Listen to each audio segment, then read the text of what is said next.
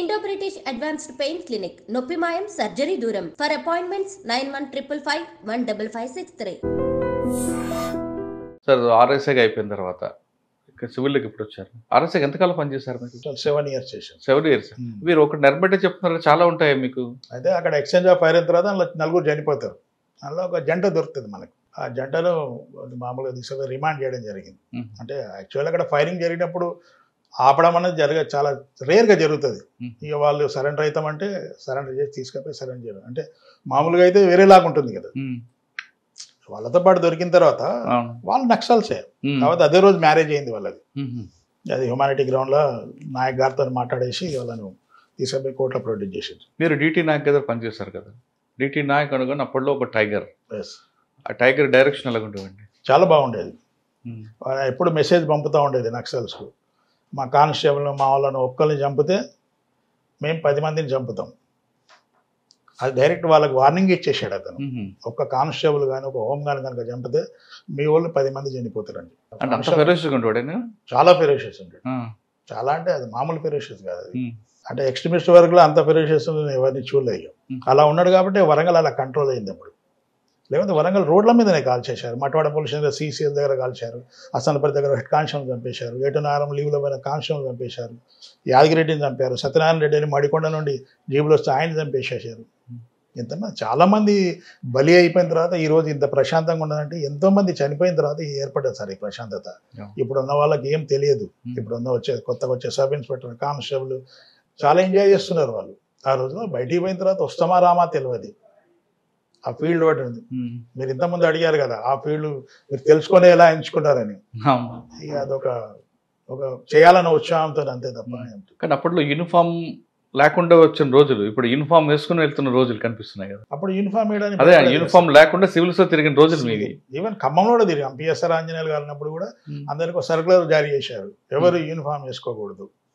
Police జీబులలో రోడ్ల మీద పోవద్దు బస్సులో వెళ్ళాలి లేదా ప్రైవేట్ వెహికల్ వెళ్ళాలి.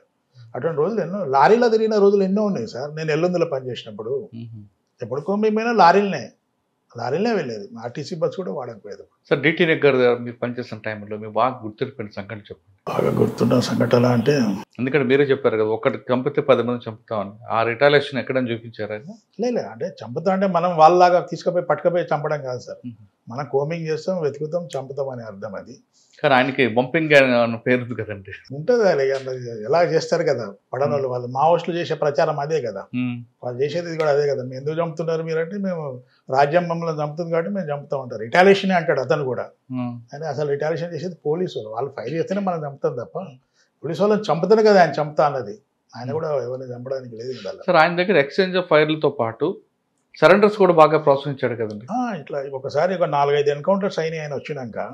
దాంతో బెంబెలెత్తిపోయి మిలిటెంట్లు 4000 మంది హెడ్ క్వార్టర్లు వచ్చి అప్పుడు సరెండర్ అయ్యారు. అంటే వాడు సరెండర్ కాకుండా చనిపోయే పరిస్థితి ఉండే. సరెండర్ అన్నా కావాలి, దళంల కన్నా పోవాలి. వానికి 2 ఆప్షన్ లేదు. ఆ సరెండర్ అయిన తర్వాత కూడా వానికి వీక్లీ ట్వైస్ కానీ థ్రైస్ కానీ పోలీస్ స్టేషన్లో మనం వానికి సిగ్నేచర్ పెట్టడం, మన అటెండెన్స్ పెట్టేది వాడిని. సార్ రూరల్ వరకు ఓకే. వరంగల్ టౌన్లో ఎలా కంట్రోల్ చేశారండి ఆయన? టౌన్లో చాలా ఫెరోషియస్గా ఉండేది సార్. టౌన్ అప్పుడు సిఓ అనేటారు, సెంట్రల్ ఆర్గనైజర్ అని. వాటితో ఒకరు కానీ ఇద్దరు కానీ ఉండేది. గోపాల్ రెడ్డి అంటే మర్డర్లో కూడా ఆ సిఓ హరిభూషణ్ పేరుతో జరిగినాయి. సిఓలు సింగిల్గా కానీ ఇద్దరు కానీ తిరిగేది. వాళ్ళని పట్టుకోవడం చాలా కష్టంతో కూడుకున్న పని ఉండేది. 1+1 తిరుగుతారు. 1+1 తిరుగుతారు. చిన్న వెపన్ ఉంటుంది, వాళ్ళ షార్ట్ వెపన్ ఉంటుంది. ఆయన కూడా మంచి పర్ఫెక్ట్ ఇన్ఫర్మేషన్ ఉండేది సార్. నాయక్ గారి దగ్గర మంచి ఇన్ఫర్మేషన్ ఉండేది. ఆయన మమ్మల్ని కూడా బాగా ప్రోత్సహించేది. చాలా ఎంకరేజ్ చేసేది. ఆయన అన్ని రకాలుగా ఎంకరేజ్ చేసేది. అన్ని రకాలుగా అంటే ఇప్పుడు మా టీం ఒకటి ఉండే 7 మెంబర్ది. ఆయనే పిలిపించి అందరికి లైఫ్ ఇన్సూరెన్స్ చేయించాడు. అప్పటివరకు మనకు ఇన్సూరెన్స్ చేయించుకోవాలనే ఆలోచన కూడా లేకుండే. ఇన్సూరెన్స్ చేయించేది, మరి డబ్బులు ఇచ్చేది, తిరిగితే మంచి వెహికల్స్ ప్రొవైడ్ చేసేది. హ్యూమన్ ఇంటెలిజెన్స్ బాగా ఆయన ప్రోత్సహించేవారండి నిజమండి. సార్ ఇన్ఫార్మర్ చాలా ఉండేది సార్. ఎవరెవరో ఉండేది. ఎక్కడికైనా ఆయన ఇన్ఫార్మర్ కలిసినప్పుడు చాలాసార్లు నన్ను తీసుకెళ్ళాడు. ఎవరు ఉండకపోయేది. నేను సారు డ్రైవర్ ముగ్గురే ఉండేది. బయట ఎక్కడో కలిసేది. అతను సార్ మాట్లాడేది వచ్చేసేది, మేము బయట దూరంగా ఉండేది. ఆయనకు information system excellent information system అనేది. ఆయన వరంగల్లో పనిచేసిన టైంలో ఆయన కూడా టార్గెట్ చేశాడు కొంతమంది. టార్గెట్ చేశారు సార్ ఆయన. ఎక్కడ? ఎక్కడ అంటే ఆయన ఈవెన్ హైదరాబాద్ పోయినా కూడా చాలా కాషియస్గా ఉండేది. 4-5 సందర్భాలు నేను కూడా వెళ్ళాను ఆయనతో హైదరాబాద్. అంటే డైరెక్ట్ ఫోన్ చేసి అతనికే చెప్పేది నేను చంపేస్తామని. ఎప్పుడైతే నర్రా రాఘవరెడ్డి డెత్ అయిందో అది పోలీసులే చంపారన్న అనుమానంతో తర్వాత ఆయనకు బాగా థ్రెటనింగ్ కాల్, చాలా డైరెక్ట్ ఆయన కాల్కి, అప్పుడు సెల్ ఫోన్ లేవు కదా, ల్యాండ్ ఫోన్, ఆయన ఫోన్ చేసి ఆయనకే థ్రెటన్ చేసేది నేను చంపుతామని. మీకు కూడా వచ్చేవాడు కదా కాల్స్? అంటే కాల్స్ అంటే నన్ను చంపుతా అని ఆయనకు చెప్పారు. సో ఉన్నాడు ఆయన చంపేస్తాం అంటే హెడ్ క్వార్టర్లో అక్కడ కంట్రోల్ రూమ్, ఆ కంట్రోల్ రూమ్ దగ్గర ఉంటా ఉండేది మేము అప్పుడప్పుడు, అక్కడే రోడ్డు మీదే చంపేస్తామని చెప్పారు. అందుకే పక్కనే వరంగల్ పక్కనే చింతగట్ట అనే ఊరు ఉంటుంది. ఆ ఊళ్ళో మా చిన్నమ్మ అందరు ఉండే, మా మేనత్త కూడా ఉంటుంది. ఆ ఊరికి కూడా పోకుండా అయింది. మా నాన్నమ్మ చనిపోతే కూడా నేను ఊరికి వెళ్ళలే, ఎందుకంటే అక్కడ కడార్ రాములు అని వాడు బాగా ఫెరోషియస్ దళం కమాండర్ వాళ్ళు ఉండే. ఇక ఊళ్ళో టార్గెట్ అయినా ఊళ్ళోకి పోలే, చాలా కాలం పోలే ఊళ్ళోకి నేను కూడా. సార్ మీరు వరంగల్లో పనిచేసిన టైంలోనే హైగ్రీవాచారి మర్డర్ గురించి చెప్పండి, జరిగింది కదా, ఎలా జరిగిందంటే ఎందుకు ఆయన అంతగా టార్గెట్ చేశారు? అంటే హైగ్రీవాచారిని చంపడానికి కారణం ఏంటంటే సార్, పివి నరసింహారావు మంచి బెస్ట్ ఫ్రెండ్ అతను. అయితే ఇక్కడ చంపితే అక్కడ పడుతుంది, బల్లు వెలుగుతుంది అనే వాళ్ళు ఒక ఉద్దేశము. అది కాకుండా హైగ్రీవాచారి మర్డర్ చేయడానికి ఇంకో కారణం ఏంటంటే చాలామంది డెత్ జరిగితే ఆ డెత్ అని ఇతని దానికి కారణం అన్నది ఒకటి వాళ్ళు నక్సల్స్ ఒక అభిప్రాయంలో ఉండేవి. ఎక్కడ నర్సంపేట లాంటి ఏరియాలో కానీ ఎక్కడ మర్డర్ జరిగినా కూడా హైగ్రీవాచారి కారణం అన్న ఒక. హైగ్రీవాచారి వెళ్ళిన తర్వాత ఆ వ్యక్తి మర్డర్ అయ్యేవాడు కదండి. హైగ్రీవాచారి అక్కడ నర్సంపేట పోయొచ్చాడు అనుకోండి, అక్కడ పంచాయతీ వచ్చిన 2 రోజుల తర్వాత అక్కడ మర్డర్ జరిగేది. ఎక్కువ ఆయనకు రైవలరీ సిపిఎం వాళ్ళకు, తర్వాత ఓంకార్ గారు ఎంసీపీ అయింది కదా, అలా ఉండేది. ఈవెన్ టౌన్లో కూడా హైగ్రీవాచారికి ఒక గ్రూప్ ఉండే, ఆ గ్రూప్ చాలా అంటే బాగా ప్యానిక్గా ఉండే. ఈయన అంటే చాలా భయపడేది చాలా మంది, తీసేద్దామని తీసేశారు అతను. ఎలా జరిగిందండి ఆ రోజు మార్నింగ్ 7:15, 7:30 అట్లా అతను పేపర్ చదువుకుంటుండు.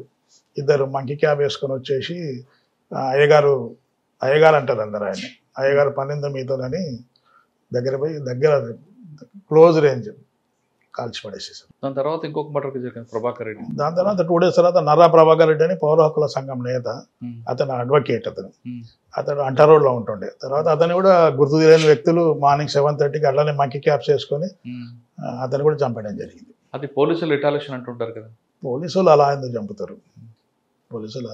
అటు లాయర్ను అసలే చంపరు కదా, లాయర్ను చంపరు కదా. లాయరు ఆయన పౌర హక్కుల సంఘం ఎవరు చంపుంటారు? అది ఎవరు ఇప్పుడు హైగ్రీవాచారి అభిమానులు ఎవరైనా చంపి ఉంటారు సార్, లేకపోతే ఇతను చేయబట్టి ఇంకా నక్సలిజం పెరుగుతుంది ఎవరైనా బాధతో ఎవరైనా చంపి ఉంటారు. హైగ్రీవాచారి మర్డర్ తర్వాత వరంగల్కి సిఆర్పిఎఫ్ క్యాంప్ లెక్కొచ్చు. హైగ్రీవాచారి మర్డర్ తర్వాత పివి నరసింహారావు గారు అప్పుడు ప్రైమ్ మినిస్టర్ ఉండే, ఆయన స్పందించి వరంగల్ జిల్లాకు BSF-ను CRPF-ను పంపడం జరిగింది. దాని తర్వాత కోంబింగ్లు పెరిగినాయి, కొంచెం కంట్రోల్ చేయడం ఈజీ అయింది. అప్పుడు BSF క్యాంప్ వచ్చిన తర్వాత మనకు వరంగల్ కంట్రోల్ వచ్చిందంట. కంట్రోల్కి వచ్చింది అంటే ఏటు నారాయణ ప్లేస్, ములుగు లాంటి ప్లేస్, పరకాల్, జనగాం, అన్ని ప్లేస్లలో BSF-ను CRPF-ను దింపారు. అప్పుడు కానీ ఏటూరు నాగారంలో లాస్ట్లో ఒక CA చనిపోతారు కదండి, సంతోష్ రెడ్డి CA గారును ఇంకొక SI గారు 2 చనిపోయారు. అది 1991. ఎలా జరిగిందండి అది? ఎలక్షన్స్ జరిగిపోయినాయి, ఒక బ్యాలెట్ పేపర్ రావడం లేట్ అయింది, అది కొంచెం దూరంగా ఉండే. దాన్ని తీసుకొచ్చే క్రమంలో వెళ్దామని CA గారు SI గారు ఫోర్స్ తీసుకొని వెళ్ళి వచ్చే క్రమంలో బ్లాస్ట్ చేసేసారు. దాని తర్వాత ఒక ఆర్టీసీ బస్సు కూడా బ్లాస్ట్ అవుతుంది అక్కడేనా, ఏటూరు నగరంలో? దాన్ని ఎందుకు చేశారు వాళ్ళు? ఆర్టీసీ బస్ అని అంటే ఆర్టీసీ బస్సులో పోలీసులు ట్రావెల్ చేస్తున్నారు నా అనుమానంతో. అయితే వాళ్ళు మావోస్టులు అప్పుడే రాడికల్స్ అప్పుడే ఒక హుకుం జారీ చేశారు, ఏంటంటే పోలీసులు ప్రయాణించే ఆర్టీసీ బస్సులలో రెగ్యులర్ ప్రయాణికులు ప్రయాణించొద్దు, మేము చేసే బ్లాస్టింగ్లో వాళ్ళతో పాటు మీరు కూడా చనిపోతారు అని వాళ్ళ ప్రకటనలు చాలా ఇష్యూ చేశారు. అయితే ప్రయాణికులు ఉన్నప్పుడు పోలీసు వాళ్ళు ఎక్కిన తర్వాత జర్నీ జరుగుతూ ఉండేది. అయితే అందులో పోలీసు వాళ్ళు ఎక్కువ ఉన్నారు, ప్రయాణికులు దక్కున్నారు అనే ఉద్దేశంతో పేల్చేశారు. అప్పుడు సార్ అప్పుడు జరిగిపోయిన బ్లాస్టింగ్లో చనిపోయిన SI గారు డెడ్ బాడీ వరంగల్ మార్చురికి వచ్చినప్పుడు అప్పట్లో ఉన్న DIG గారు అక్కడికి వస్తారు, ఆయనకి పసుపు కుంకుమ ఇచ్చారని వాస్తవం? అతనికి ఇవ్వలేదు సార్, అక్కడ పెట్టారు, చైర్లో అక్కడ పెట్టేశారు. ఎవరైనా డెడ్ బాడీ చూడాలంటే, ఏ ఆఫీసర్ అయినా చూడాలంటే పసుపు కుంకుమ గాజు టచ్ చేసి లోపలికి పోమని కండిషన్ పెట్టారు అక్కడ ఉన్న పోలీస్ పర్సనల్స్. ఎందుకు అంటే మనం ఏం చేయట్లేదు, పోలీస్ తరఫు నుండి ఏం జరగట్లేదు కదా. అప్పుడున్న సిచ్యువేషన్ ఏంటంటే చెన్నారెడ్డి గారి గవర్నమెంట్ ఉండే, ఆయన అంతకుముందే వాళ్ళతోని చర్చలు జరిపిండు, కాల్పులు విరమిస్తా అన్నాడు. అప్పటి వరకు పోలీసు ఎక్కడ కోంబింగ్ లేదు, ఎవరి మీద యాక్షన్ లేదు, ఏం లేదు.